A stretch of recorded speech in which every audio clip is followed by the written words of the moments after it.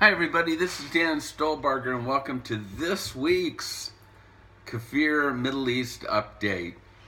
Please go to our website right now because this is just a promo for what you're going to find in our PDF there, which will detail all of the things that I'm just going to give you a snippet about. holygroundexplorations.com, click on the Middle East update. So what's gone on this week? Oh, what a week it has been. I'll just say two words: the speech. Trump has acknowledged the fact that up to this time we're no closer to any lasting peace agreement between the Israelis and the Palestinians, and so he says, it's folly to assume anything's going to change. And then it's his words: therefore I have determined that this is the time to officially recognize Jerusalem as the capital of Israel. It's almost like etched in concrete. Let it be written, let it be done. And now we're seeing the blowback from this statement from a courageous president at this time to make this declaration despite the threats from really the whole Islamic world.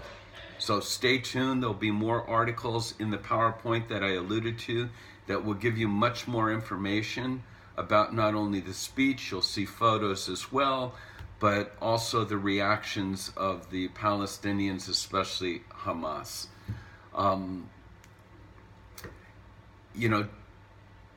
The question is how long is this going to take? There's an article there from the Jerusalem mayor that you can read. We've heard anywhere between 2 or 3 years, and the Jerusalem mayor is saying, hey, we can do it 2 or 3 minutes. I'll let you take a look at that article. And then, as you know, we always do headlines. This week's headlines has to do with another Israeli Air Force strike outside of Damascus. In fact, 2 of them. We'll have to wait and see the responses of all of that. You can take a look at that. And then something that was a bit troubling out of Joel Rosenberg's camp. There was an article that we've included, just some quotes from, that state that millennial evangelicals are supporting Israel less than previous generations. That, of course, is a major concern of mine. The truth of the matter is that the Middle East, as you know, is a tinderbox that could literally explode at any moment. Most Americans have absolutely no idea how close we are to a major regional war.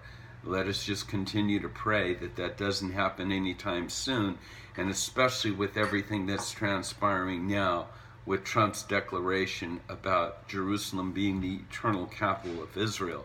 Let's pray for the peace of Jerusalem.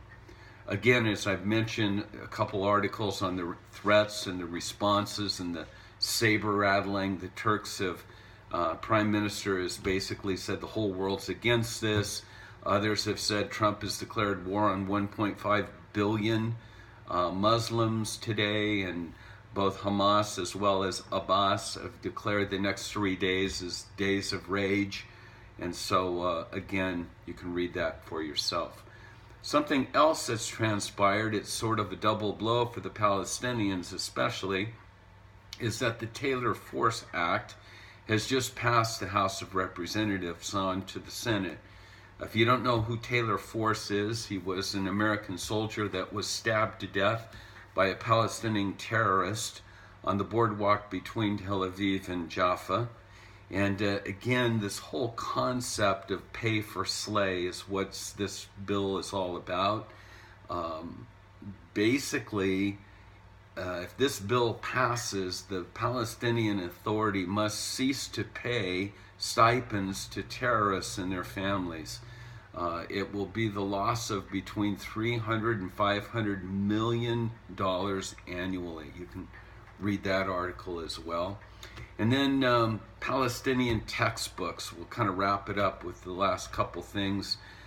We know that we'll never have any kind of peace until the brainwashing of children ceases from the Palestinian side. You can read that article. But I'm reminded of Golda Meir's quote that fits so appropriately here.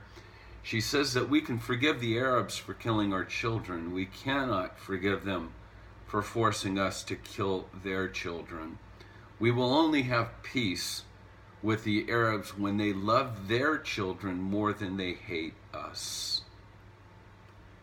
And then there is one last discovery that you can take a look at, a letter that was found outside of one of the crematoriums in Auschwitz from a pseudo-commander, and detailing the atrocities of what took place in Auschwitz. So that's this week's Middle East update. Again, go to our website at holygroundexplorations.com.